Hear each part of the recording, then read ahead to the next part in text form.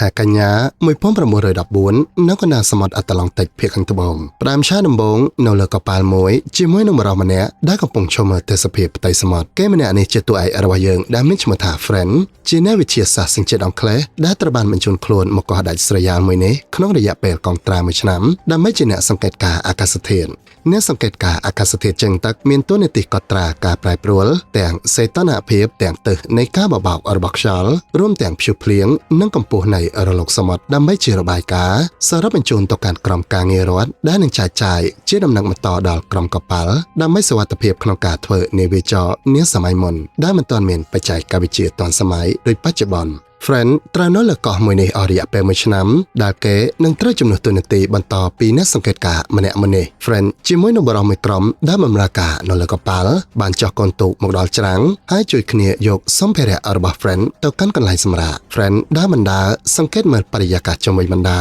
ធ្វើឲ្យគេគ្រោះលួចចិត្តបន្តិចឡើយដែលនឹងត្រូវរស់នៅកន្លែងដាច់ស្រយាលបែបនេះរហូតដល់រយៈពេល1ឆ្នាំបន្តិចក្រោយមកទាំងអស់គ្នាក៏បានមកដល់កន្លែងសម្រាកដែលនៅខាងមុខផ្ទះ Friend សង្កេតឃើញមានចម្រងឈើក៏នឹកសង្ស័យហើយយកវាមកធ្វើជាកន្លែងព្យួរមកវិញចំណែកកាពីតានបានដើរទៅបើកទ្វារហើយខាងក្នុងនោះក៏ពោពេញទៅដោយធូលីដីនិងរបស់របរដែលដួលរប៉ាត់រប៉ាយហាក់ដូចជាគ្មាននរណារស់នៅអស់រយៈពេលយូរហើយអ្នកសង្កេតការណ៍មុនដែលនឹងត្រូវបដូរវេនជាមួយនឹង Friend ក៏មិនឃើញដែរកាពីតានប្រាប់បញ្ជាក់ថាប្រសិនបើ Friend មិនសប្បាយចិត្តនឹងបំពេញភារកិច្ចក្នុងកលៈទេសៈបែបនេះក៏អាចត្រឡប់ទៅវិញជាមួយគេឥឡូវតែ Friend ប្រាប់ថាមិនអីទេគេអាចនៅបានរួចហើយ Friend ក៏សម្លឹងមើលតាមបង្អួយទៅកាន់សានមួយកន្លែងដែលនៅឲ្យចុងជ្រោយអ្នកទាំងអស់គ្នា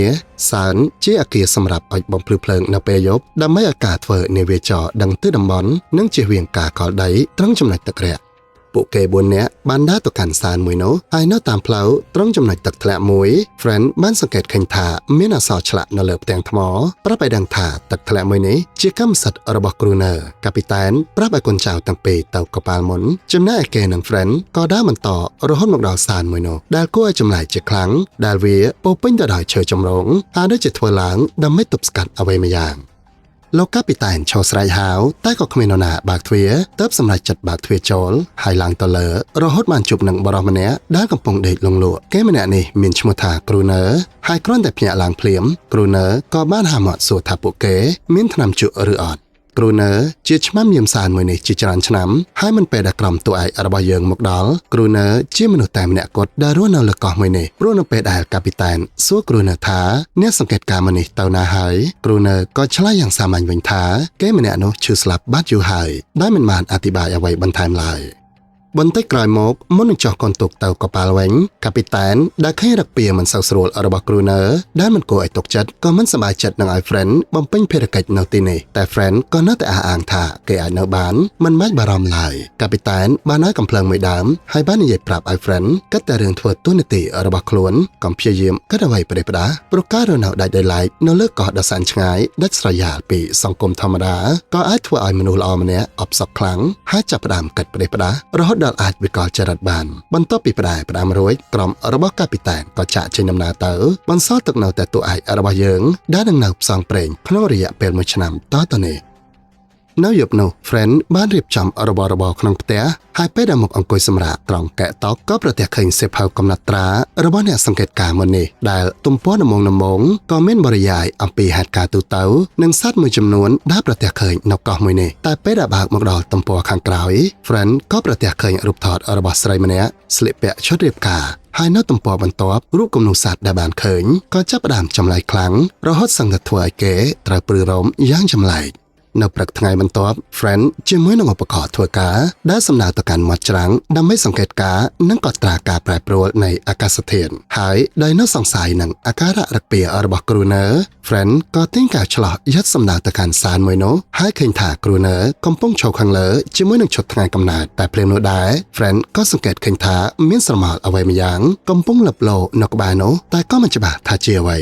នៅពេលយប់ Friend អង្គុយផឹកតែនៅមាត់បង្អួចសម្លឹងមើលទៅកាន់សានដែលកំពុងបញ្ចាំងភ្លើងហើយព្រាមនោះឯខាងមុខផ្ទះក៏ដូចជាមានសំឡេងអ្វីម្យ៉ាង Friend យល់ចង្គៀងស្រែកហៅឈ្មោះគិតថានោះជា Crooner តែសំឡេងគោះទ្វារក៏កាន់តែខ្លាំងឡើងជាមួយនឹងដៃនៃសត្វអ្វីម្យ៉ាងកំពុងលូកចូលមកខាងក្រោមតែដៃមួយនោះក៏សឹងតែដកទៅវិញមិនទាន់នៅពេលដែល Friend យកជើងជន់ពេញទំហឹងតែពេលនេះសំឡេងចម្លែកក៏ព័ទ្ធជំវិញផ្ទះ Friend ប្រញាប់ចោះទម្លាក់ខ្លួនក្នុងបន្ទប់ក្រោមដីហើយភ្លាមនោះនៅត្រង់ចន្លោះប្រហោងក៏សង្កេតឃើញមានផ្ទៃមុខរបស់សត្វអ្វីម្យ៉ាងដែលកែភ្នែករបស់វាក៏កំពុងសម្លឹងមើលគេវិញដែរតែមិនទាន់ទាំងបានធ្វើអ្វីវាក៏ត្រូវ Friend ចាក់មួយកាំបិតរហូតដល់ស្រក់ហូរឈាមរួចហើយ Friend ក៏សម្រេចចិត្តលាក់ខ្លួននៅខាងក្រោមនេះអស់ពេញមួយយប់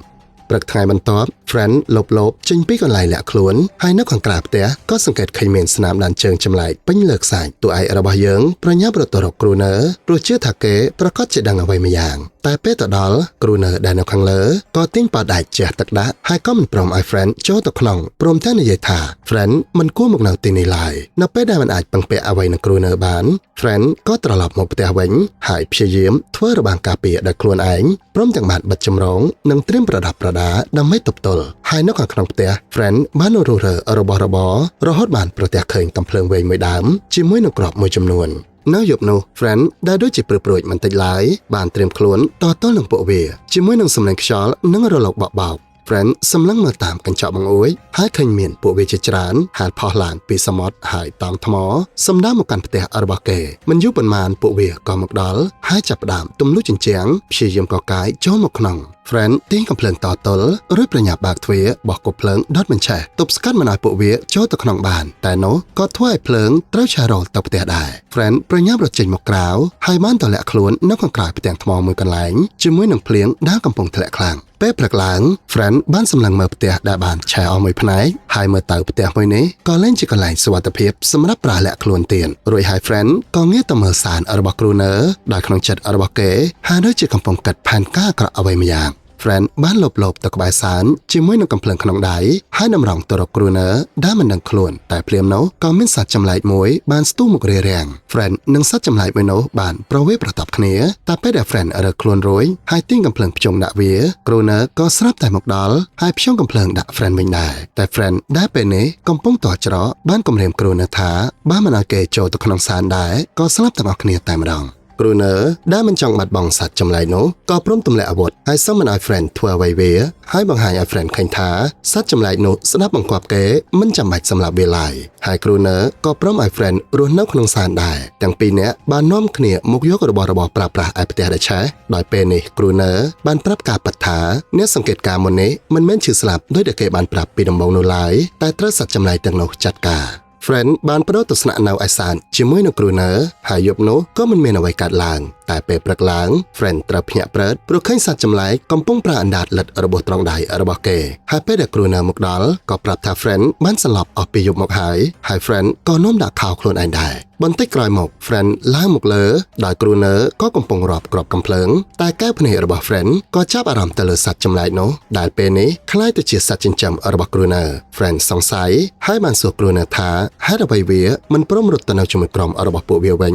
ឬហេតុអ្វីវាមិនហ៊ានធ្វើអ្វីគ្រូនើសោះគ្រូនើបានប្រាប់ថាសត្វចម្លែកនេះជាភេទញីហើយវាក៏ធ្លាប់ធ្វើឲ្យគេរងរបួសម្ដងដែរតែពេលដែលគេផ្ដល់មេរៀនឲ្យវាក៏លែងហ៊ានធ្វើអ្វីទៀតហើយខ្លាចជាស្ដាប់បង្គាប់របស់គេមិនខុសពីឆ្កែមួយក្បាលបន្តិចក្រោយមកគ្រូនើបាននាំ Friend មកជជែកលេងនៅខាងក្រៅហើយគ្រូនើក៏បាននិយាយប្រាប់ថាសត្វចម្លែកទាំងនោះពួកវាខ្លាចពន្លឺមិនថាជាពន្លឺព្រះអាទិត្យឬជាពន្លឺភ្លើងចង្កៀងក៏ដោយតែអ្វីដែល Friend សង្ស័យជាងគឺហេតុអ្វីគ្រូនើមិនព្រមចាក់ចេញទាំងដែលដឹងថាកន្លែងនេះមានគ្រោះថ្នាក់គ្រូនើមិនបានឆ្លើយនឹងសំណួររបស់ Friend ត្រង់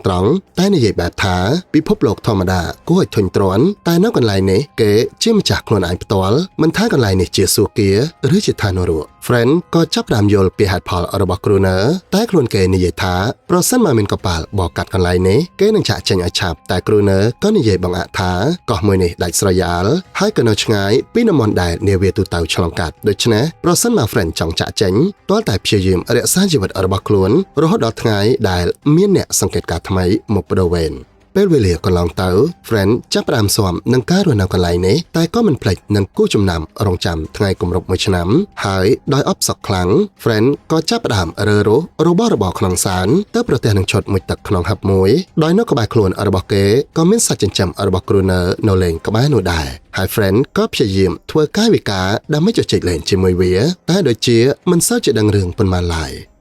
កន្លងទៅច្រើនថ្ងៃហើយនៅយប់មួយគ្រូនើក៏មករៀន friend ពីវិធីតទល់ជាមួយនឹងពួកសត្វចម្លែកដែលបានប្រាប់ថាហាមបាញ់រះផ្ដេសផ្ដាសដើម្បីសំចៃក្របកំភ្លើងហើយគួរតែបាញ់តម្រង់ពួកវាតែប៉ុន្មានក្បាលដើម្បីបង្វែរអារម្មណ៍ពួកវាព្រោះពួកនោះនឹងស៊ីសាច់សាកសពគ្នាឯងជាការពន្យាពេលរហូតដល់ថ្ងៃរះនិយាយរួចគ្រូនើក៏ទាញកំភ្លើងពលឺបាញ់ឡើងតែក៏មិនឃើញមានអ្វីសោះតែភ្លាមនោះដែរ friend ក៏សង្កេតឃើញថាសត្វចិញ្ចឹមរបស់គ្រូនើក៏ចាប់ផ្ដើមបញ្ចេញអាការៈចម្លែកហាក់ដូចជាកំពុងកោះហៅពួកវាមកបានដូចចិត្តភ្លាមនោះដែរសត្វចម្លែករាប់សិបក្បាលក៏បង្ហាញខ្លួនហើយព្យាយាមតោងឡើងទៅលើគ្រូនើព្យាយាមបាញ់ស្កាត់ចំណែកឯតួឯកដ៏ក្លាហានរបស់យើងពេលដែលឃើញពួកវាមកច្រើនដូច្នេះក៏ចាប់ផ្ដើមស្រឡាំងកាំងដើរថយក្រោយរួចសន្លប់បាត់ស្មារតីទុកឲ្យគ្រូនើនៅតទល់តែម្នាក់ឯងពេលព្រឹកឡើងគ្រូនើដែលខឹងខ្លាំងក៏យកទឹកជះ friend ឲ្យភ្ញាក់ឡើងហើយប្រាប់ឲ្យ friend ជួយការងារព្រោះគេមិនត្រូវការមនុស្សចោលមកសៀតនៅជាមួយឡើយ friend ត្រូវបានដាក់ទោសឲ្យទៅត្រង់ទឹកសាបសម្រាប់ប្រើ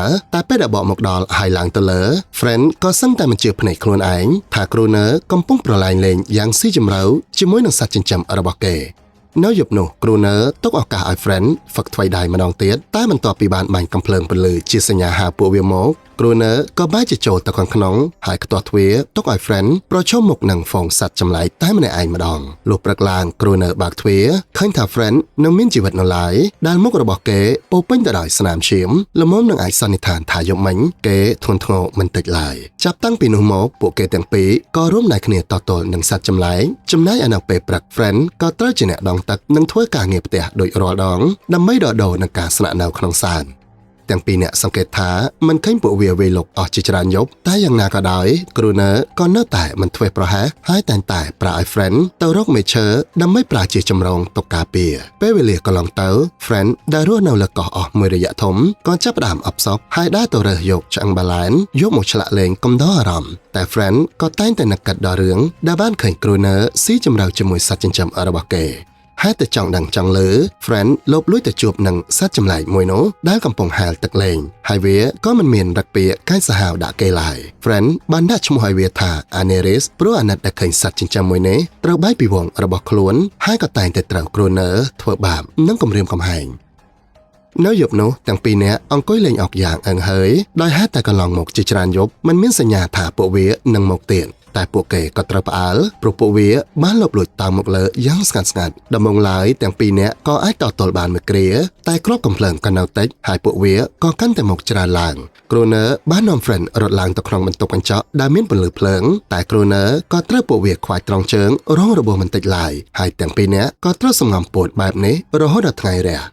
នៅព្រឹកនោះគ្រូនើដេកសម្រាកដោយមាន Aneris ប្រើអណ្ដាតលិតដើម្បីឲ្យរបួសឆាប់សាចំណែកឯ friend ក៏ប្រាប់ថាទាំងគ្រាប់កំភ្លើងនិងស្បៀងរបស់ពួកគេនៅសល់តិចតួចប៉ុណ្ណោះបន្តិចក្រោយមក friend ក៏មកលំហែអារម្មណ៍នៅមាត់ច្រាំងដោយមានគ្រូនើកំពុងធ្វើការនៅខាងក្រោយហើយព្រាមនោះ friend ក៏ក្រឡេកទៅឃើញកប៉ាល់មួយ friend មិនចាំយូរហើយប្រញាប់រត់ទៅយកកំភ្លើងពន្លឺប្រឹងនឹងបាញ់ឡើងដើម្បីជាសញ្ញាសមជំនួយតែគ្រូនើក៏មិនព្រមឲ្យ friend ធ្វើដូច្នេះព្រោះមិនចង់ឲ្យមាននរណាចូលមករំខានកោះរបស់គេតែព្រាមនោះដែរ Aneris សត្វចិញ្ចឹមរបស់គ្រូនើក៏បែរជាចូលមកគំរាមហើយដូចជាចង់ការពារ friend ទៅវិញដែលនោះក៏ធ្វើឲ្យគ្រូនើខឹងជាខ្លាំងប្រឹងនឹងចាត់ការនាងចោលតែ friend ក៏ជួយឲ្យនាងរត់គេចទាន់ចំណែកឯគ្រូនើក៏កាន់កំភ្លើងដាត្រឡប់ទៅសានវិញបន្តដោយសម្លេងស្រែកជេររបស់ friend ដែលថាគ្រូនើគ្រាន់តែជាមនុស្សកំសាកហើយ friend ក៏បានត្រឹមតែចូលសម្លឹងមើលកប៉ាល់ពីចម្ងាយជាមួយនឹងក្តីសង្ឃឹមថានឹងបានត្រឡប់ទៅស្រុកវិញក៏រសាត់បាត់ទៅដែរបន្តិចក្រោយមក friend បានមកលួង Aneris ដែលកំពុងភ័យញាក់ញ័រដោយគេបានយកឆ្អឹងម៉ាឡែនដែលឆ្លាតជារូបទូកមកឲ្យក្រែងនឹងជួយឲ្យនាងបាត់ភ័យខ្លាចតែគ្រាន់តែឃើញរូបចម្លាក់ទូក Aneris ក៏ដូចជានឹកឃើញអ្វីមួយយ៉ាងហើយបានប្រញាប់រត់ទៅកន្លែងមួយ friend ដែលតាមមកពីក្រោយទើបបានដឹងថាត្រង់នេះមានទូកមួយfriend ប្រញាប់រត់មកប្រាប់គ្រូនើតែគ្រូនើក៏ដឹងស្រាប់ហើយថាមានទូកនៅត្រង់នោះហើយប្រាប់ថាទូកមួយនោះជារបស់ពួកអ្នកជំនួញពតិកាលដែលកប៉ាល់របស់ពួកគេបានលិចនៅមាត់ឆ្នេរហើយពួកនោះក៏បាននាំគ្នាចោះទូកប្រងនឹងឡើងមកលើកោះតែក៏មិនទាន់ហើយត្រូវបានវងសត្វចម្លែកទាំងនោះចាត់ការចោលគ្រូនើបានប្រាប់បន្ថែមថាកប៉ាល់របស់ពួកពតិកាលមានផ្ទុកគ្រាប់រំសេវមកជាមួយដែរតែគ្រាប់រំសេវទាំងនោះក៏បានលិចទៅជាមួយកប៉ាល់ដែរគ្រាន់តែបានឮ friend ក៏បាននឹកឃើញដល់ឈុតមួយទឹកហើយប្រាប់ថាគេអាចជ្រមុជចោះរាវយកគ្រាប់រំសេវទាំងនោះដើម្បីទុកតទល់នឹងពួកសត្វចម្លែកតែគ្រូនើគិតថាគ្រាប់រំសេវទាំងនោះប្រហែលជាសាមទឹកអស់ហើយ រសៀលថ្ងៃនោះ Friend ដែលកំពុងប៉ះចំណុចធ្លាយត្រង់បាតទូកតែអារម្មណ៍របស់គេក៏នឹកកាត់ដល់ Aneris ទើបសម្រេចចិត្តដើរមកមើលហើយចោះទៅលេងទឹកជាមួយនឹងនាងដែរដោយមិនបានដឹងថា Crooner ក៏កំពុងលួចពួនមើលនៅថ្ងៃបន្ទាប់ Crooner ដែលចាប់ផ្ដើមហួងហែងដែលឃើញ Friend និងសត្វចិញ្ចឹមរបស់គេចាប់ផ្ដើមស្និទ្ធស្នាលគ្នាក៏ធ្វើជាបដូរចិត្តបបួល Friend ឲ្យចោះទៅរាវយកគ្រាប់រំសេវជាមួយគ្នាដោយ Friend មិនបានសង្ស័យសោះឡើយថានេះជាកលល្បិចរបស់ Croonerពេលមកដល់ចំណុចដែលត្រូវចោះរាវ Friend ដែលនឹងត្រូវមួយទឹកចោះទៅក្រោមបាននិយាយប្រាប់ Crooner ជាសញ្ញាថាប្រសិនបើគេទាញកន្ត្រាក់ខ្សែ3ដងមានន័យថាឲ្យ Crooner ប្រញាប់ទាញគេឡើងទៅលើវិញនៅម្ដុំនេះទឹកមិនជ្រៅប៉ុន្មានឡើយហើយពេលនេះ Friend ក៏ចោះមកដល់បាតសមុទ្របានសម្រេច Friend ដែលនៅក្នុងឈុតមួយទឹកបានយកទំពក់ទៅថ្ពួតនឹងហឹបដើម្បីឲ្យ Crooner ទាញឡើងទៅលើហឹបទី1និងទី2ត្រូវបានទាញឡើងទៅលើបានសម្រេចតែគ្រាន់តែចាប់ផ្ដើមទាញហឹបទី3ក៏ស្រាប់តែមានសត្វចម្លែកស្ទុះមករក Friend ក៏ធ្វើឲ្យគេភ្ញាក់ព្រឺតដួលផ្ងាក្រោយឈុតមួយទឹកនេះក៏ធ្វើពីដែកក្រាស់ធ្ងន់ណាស់ដែរដែលពេលនេះតួឯករបស់យើងមិនអាចកម្រើកខ្លួនបានហើយខ្យល់ដកដង្ហើមក៏កាន់តែសល់តិចបានត្រឹមតែកន្ត្រាក់ខ្សែតែ Crooner ដែលកំពុងប្រច័ណ្ឌក៏ធ្វើមិនដឹងប្រឹងនឹងឲ្យតួឯករបស់យើងដាច់ខ្យល់នៅក្រោមសមុទ្រតែម្ដង Friend គ្មានជំរឿអ្វីផ្សេងទើបសម្រេចចិត្តដោះឈុតមួយទឹកប្រញាប់ហែឡើងទៅលើចំណែកឯ Crooner ក៏ធ្វើជាប្រញាប់ជួយហើយទាញ Friend ឡើងទៅលើទូកពេលមកដល់សានវិញហឹបដែលបានមកនោះឃើញថាមានតែមួយប៉ុណ្ណោះដែលមានគ្រាប់រំសេវនៅប្រើបានចំណែកឯហឹបពីរផ្សេងទៀតត្រូវទឹកចូលខូចខាតអស់ពួកគេទាំងពីរបានជួយគ្នាពង្រាយខ្សែដាក់អន្ទាក់គ្រាប់រំសេវតែក៏ចម្លែកដែរដែលចាប់តាំងពីនោះមកកន្លងអរិយៈពេល3អាទិត្យមិនឃើញមានសូម្បីតែស្រមោលរបស់ពួកវាហើយនោះក៏ធ្វើឲ្យ Crooner ចង់យកឈ្នះដោយការអង្គុយចាំបញ្ជាឲ្យគ្រាប់រំសេវផ្ទុះទល់ភ្លឺទាំងនៅព្រិលធ្លាក់ខ្លាំងនៅថ្ងៃបន្ទាប់ពេលដែល Aneris ត្រឡប់ពីចាប់ត្រីវិញ Crooner ក៏ចូលទៅធ្វើបាបនាងព្រោះគិតថាដែលសត្វចម្លែកមិនព្រមមកប្រកាសជាមកពី Aneris យកដំណឹងនេះទៅប្រាប់ប៉ះពួករបស់នាង Friend ពីបាននឹងទ្រាំមើលក៏សុំឲ្យ Crooner ឈប់រហូតដល់អ្នកទាំងពីរឆ្លោះគ្នាហើយ Crooner បាននិយាយប្រាប់ Friend ទាំងកំហឹងថានៅយប់នេះគេនឹងបើកទ្វារចំហហើយពេលដែលពួកវាមកដល់គេនឹងចុចបន្ទោសគ្រាប់រំសេវកំទេចពួកវាទាំងអស់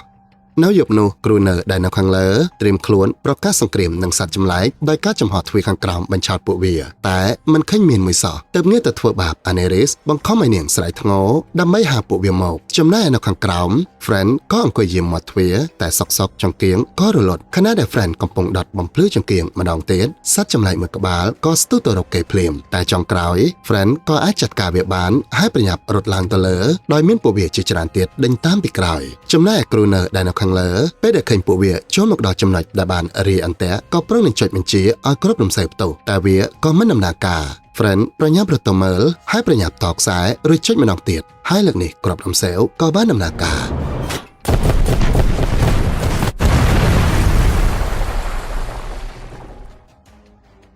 ពន្លឺព្រះអាទិត្យរះឡើងនៅថ្ងៃបន្ទាប់ Friend បានភ្ញាក់នឹងខ្លួនព្យាយាមស្រែកហៅ Crooner ដែលនៅមានដង្ហើមនៅឡើយពេលចុះមកក្រោម Crooner តាមចាត់ការផ្ដាច់ជីវិតពួកវាដែលនៅសេសសល់តែនោះក៏ធ្វើឲ្យ Friend មិនសប្បាយចិត្តព្រោះនេះក៏មិនខុសពីការសម្លាប់រង្គាលទឹកមុខរបស់ Friend ប្រាប់ឲ្យដឹងថាគេសោកស្ដាយមិនតិចឡើយនៅយប់បន្ទាប់មិនមានទៀតឡើយការវេលុកមានតែសំឡេងស្រែកធ្ងរដោយការជិះចាប់របស់ Aneris ល្វើយតាមខ្យល់សមុទ្រCrooner បានដើរមកនិយាយជាមួយនឹង Friend គេនិយាយថាសំឡេងរបស់ Aneris ពេលនេះមិនខុសពីសំឡេងកាលពីគេជួបនាងដំបូងកាលនៅតូចកាលនោះ Aneris មិនដឹងមកពីណាតែបានមកជាប់សំណាញ់ហើយ Crooner ក៏ជាអ្នកជួយដោះចេញចាប់តាំងពីនោះមក Crooner ក៏ចិញ្ចឹម Aneris ដូចឆ្កែមួយក្បាលហើយពេលដែលនាងចាប់ផ្ដើមធំឡើងគេក៏បានដោះលែងនាងឲ្យត្រឡប់ទៅសមុទ្រតែ Aneris ក៏មិនដែលបោះបង់គេចោលនៅតែវិលវល់ត្រឡប់មកវិញនៅថ្ងៃបន្ទាប់ Friend ដើរទៅមាត់ឆ្នេរឃើញមានសត្វចម្លែកពីរកំពុងហែលទឹកនៅក្បែរនោះ Friend បានយកដុំថ្មមកតម្រៀបរួចដាក់ទូកឆ្អឹងបាឡែននៅកណ្ដាលជាសញ្ញាប្រាប់ថាគេចង់ឲ្យមានសន្តិភាពតែពេលមកដល់សានវិញ Friend ឃើញថា Crooner នៅតែងប់ងល់នឹងការច្នៃអាវុធតទល់ជាមួយនឹងពួកសត្វចម្លែក Friend មិនបានខ្វល់ខ្វាយជាមួយនឹង Crooner ព្រោះក្នុងចិត្តរបស់គេមិនចង់ឲ្យមានការបង្ហូរឈាមទៀតឡើយនៅយប់នោះ Friend បានឆ្លោះមើលក្រែងនឹងមានសត្វចម្លែកណាមួយមកយកទូកឆ្អឹងបាឡែនរបស់គេតែក៏មិនមានសោះព្រឹកថ្ងៃបន្ទាប់ Friend ដើរទៅរក Crooner ដែលមិនទាន់ភ្ញាក់ព្រោះយប់មិញគេផឹកច្រើនខូចចិត្តដែល Aneris មិនត្រឡប់មករកគេក្នុងចំណោមរបស់ដែលខ្ចាត់ខ្ចាយ Friend ប្រទះឃើញរូបថតប្តីប្រពន្ធមួយគូម្នាក់ស្រីគឺអ្នកដែលគេធ្លាប់ឃើញនៅក្នុងសិភៅកំណត់ត្រានៅឯផ្ទះដែលឆេះកាលពីដើមរឿងនេះធ្វើឲ្យ Friend បានដឹងថាការពិតនោះ Crooner គ្រាន់តែជាឈ្មោះคล้ายៗ ហើយគេក៏ជាអ្នកសង្កេតការណ៍ដែលថាបានស្លាប់បាត់ហើយដែលគេបានកុហកបន្លំធ្វើជាឆ្មាំយាមសានមួយនេះព្រោះគេមិនចង់បដូរវេនចាក់ចេញពីកោះមួយនេះព្រោះគ្រូនើចង់រត់គេចពីការសោកសៅដែលបានបាត់បង់ប្រពន្ធនៅល្ងាចនោះ Friend បានដើរទៅកាន់មាត់ឆ្នេរហើយពេលនេះទូកឆ្អឹងម៉ាឡែនរបស់គេបានបាត់រំពេចនោះក៏ស្រាប់តែមានសត្វចម្លែកក្មេងតូចឡើងមកលេងនៅក្បែរនោះដែរចំណែកឯ Aneris ក៏បានបង្ហាញខ្លួនម្ដងទៀតជាមួយនឹងសត្វចម្លែកជាច្រើនទៀតក៏ចាប់ផ្ដើមបង្ហាញខ្លួនដែរពួកគេមកដើម្បីបញ្ចប់ចំនួនតែខណៈដែលកូនសត្វចម្លែកប្រុងនឹងយកទូកឆ្អឹងប្រគល់ឲ្យ Friend វិញ Croner ក៏មកដល់ល្មមជាមួយនឹងកំភ្លើងក្នុងដៃ Friend ព្យាយាមប្រាប់ឲ្យ Croner ចិត្តត្រជាក់ព្រោះតែពួកសត្វចម្លែកមកនេះក៏ដើម្បីបញ្ចប់ចំនួនប៉ុណ្ណោះតែនោះក៏ធ្វើឲ្យ Croner គិតថាគេកំពុងបាត់បង់ Aneris ជារៀងរហូត Croner ខូចចិត្តខ្លាំងហើយដើរត្រឡប់ទៅសានវិញទាំងអារម្មណ៍វល់វល់ Friend ងាកមករក Aneris ដើម្បីចង់ប្រាប់ឲ្យពួកគេបញ្ចប់ចំនួនតែនៅសុកសោកក្របកំភ្លើងបាញ់ចេញពីសានក៏តម្រង់មកចំកូនសត្វចម្លែកយ៉ាងខុសខើទាំងអស់គ្នាស្រឡាំងកាំងហើយនោះក៏ធ្វើឲ្យ Friend ខឹងជាខ្លាំងប្រញាប់ចូលទៅចាត់ការ Croner តែ Friend ក៏មិនអាចយកឈ្នះបាន Croner ប្រងនឹងទាញពូថៅសំពង Friend តែគ្រាន់តែ Friend ស្រែកហៅឈ្មោះប៉ិតរបស់គេ Croner ក៏ស្រាប់តែភ្ញាក់ដឹងខ្លួនពីការបាត់បង់ម្ចាស់ការហើយចាប់ផ្ដើមនឹកគិតដឹងថាខ្លួនធ្វើខុសខ្លាំងទើបសម្រេចចិត្តដើរចេញទៅក្រៅคล้ายទៅជាចំណីរបស់ពួកសត្វចម្លែកដើម្បីបញ្ចប់រឿងរ៉ាវគ្រប់បែបយ៉ាងហើយនោះក៏ជាយប់ចុងក្រោយដែលវងសត្វចម្លែកឡើងមកលើកោះ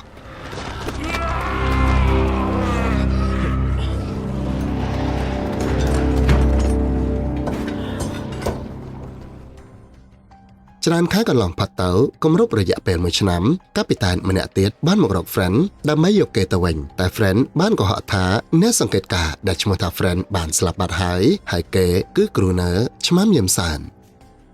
មុននឹងបិទបញ្ចប់នៅឆាកចុងក្រោយបង្ហាញឲ្យឃើញនៅតួឯករបស់យើងដែលឈរសម្លឹងមើលកប៉ាល់ដែលនឹងចាក់ចេញពីកោះហើយនេះក៏ជាជំរើសដែល Friend ត្រូវការជំរើសនៃភាពស្ងប់ស្ងាត់ដែលពិភពលោកខាងក្រៅមិនអាចផ្ដល់ឲ្យបានចំណែកឯ Aneris ក៏មិនបានទៅណាឆ្ងាយនៅវល់ក្បែរគេជានិច្ច